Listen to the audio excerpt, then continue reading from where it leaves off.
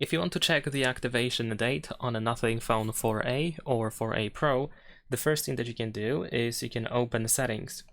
Now over here in Settings, we can proceed to the battery option, and then you can find battery information in here where we can find the first use. And of course, most of the time you should be able to see the activation date in here, but there's also a chance that you will see unknown, which is my case, unfortunately.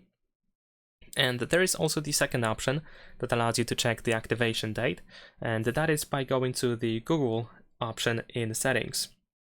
So if you scroll down in Settings, you want to go to Google, you will open Google Services, and you want to tap on your Google account, and then you want to choose that you want to manage your Google account in here.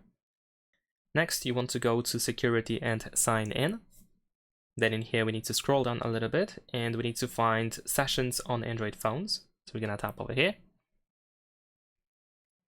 And then, once we see our devices, you should be able to find your Nothing Phone 4a or 4a Pro.